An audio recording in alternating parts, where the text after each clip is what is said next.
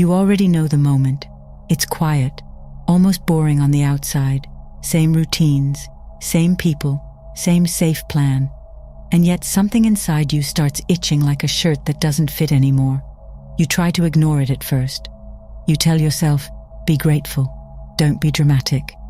But the deeper part of you, the part that doesn't care about comfort, keeps pulling, not loudly, more like a steady tug on the sleeve. A dream doesn't always arrive like fireworks. Sometimes it shows up like a splinter you can't stop feeling. So here's the uncomfortable truth. Greatness doesn't begin when life feels stable. Greatness begins when stability starts to feel like suffocation. When the life you built to feel secure becomes the exact thing draining your spirit. And no, it doesn't mean your life is bad. Sometimes your life is fine. That's the trap. Fine can be the most dangerous place to live because it keeps you numb just enough to stay. Think of it like this. You can't build a cathedral on top of a house you refuse to tear down. You can repaint the walls, rearrange the furniture, add little upgrades, but the foundation stays the same. And the dream you feel?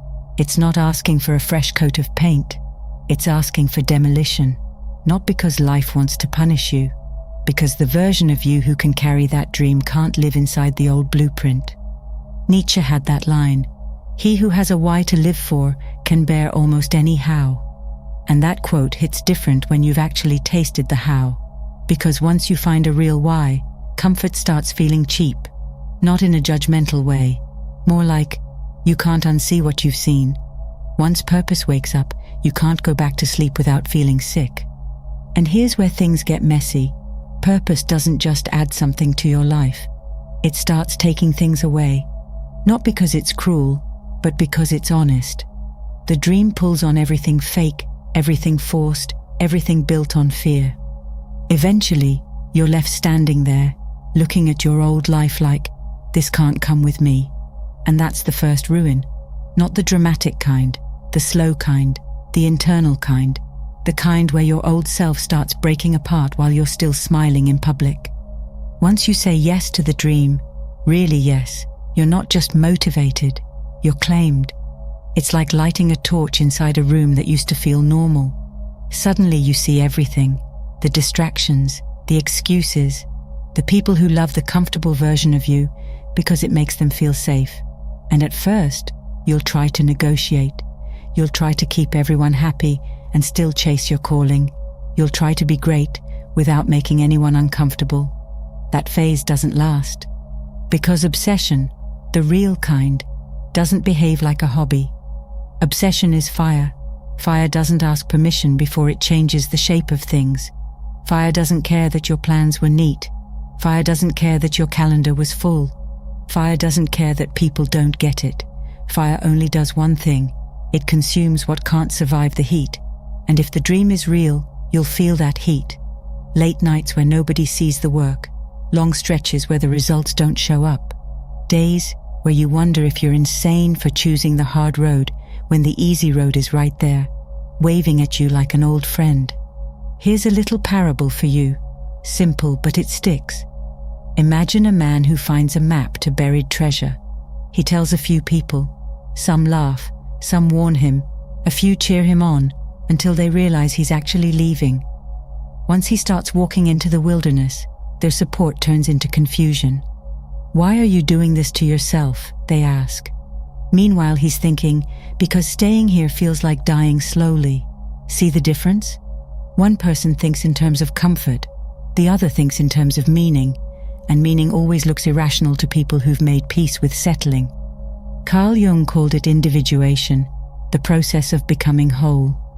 Not becoming successful, becoming whole, which is deeper. A dream, when it's real, isn't just an external goal. It's a mirror. It forces you to meet parts of yourself you've avoided, the fear, the pride, the need for approval, the old wounds that still run your choices behind the scenes. The dream drags all that into the light because you can't build something massive with a shaky inner structure. So the ruin starts again, only now it's louder. Your old identity begins to collapse, not because you failed, because you outgrew it. And there's a danger here too. Obsession can turn into ego, fast. You start thinking you're special in the wrong way. You start believing rules don't apply. You start treating people like tools. You start excusing your own darkness because you call it drive. Jung warned about ego inflation for a reason. Ambition is a blade. Held with awareness, it cuts a path. Held without awareness, it cuts everything, including you. So the question becomes sharper now. Can you let your life be ruined by growth without letting your soul be ruined by obsession? So what does ruin your life really mean? It doesn't always mean destroying everything in one dramatic explosion. Most of the time, it means watching your old world slowly fall apart while your new world hasn't fully formed yet. It means being in that uncomfortable in-between, not who you used to be, not yet who you're becoming. And honestly, that part can feel like free falling. People might not understand why you're changing. Some will call you selfish. Some will call you lost. Some will try to pull you back into the old version of you, not because they hate you, but because your transformation threatens their idea of what's normal. A weird thing happens here. The dream starts asking for payment, not money, something deeper: time, energy, comfort, certainty, old relationships, old habits, old distractions you used to lean on when life got hard, and you'll feel the temptation to bargain again.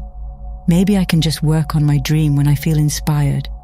Maybe I can stay in the same environment and still become a different person. But that's like trying to grow a garden while refusing to pull the weeds. You can't keep feeding what's choking you and still expect something beautiful to rise. Finding your dream might sound romantic, but it's actually practical.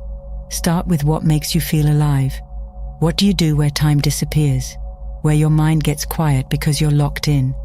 Look at your strengths, real strengths, not just things you're good at, but things that feel like you.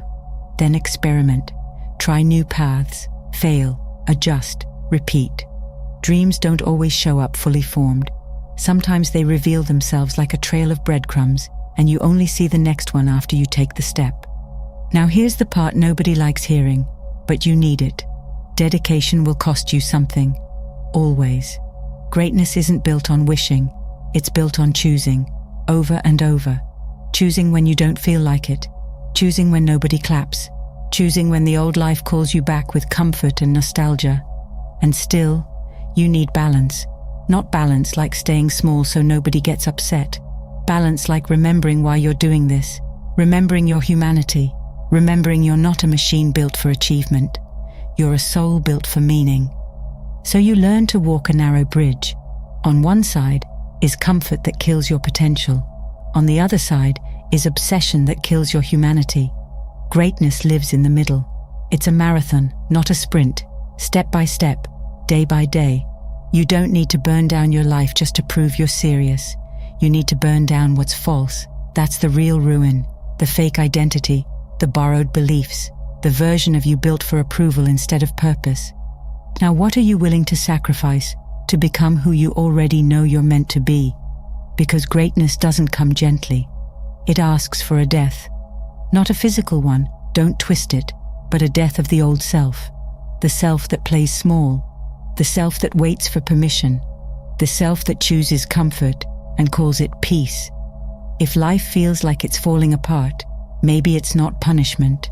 Maybe the old life is simply too small for the truth trying to move through you.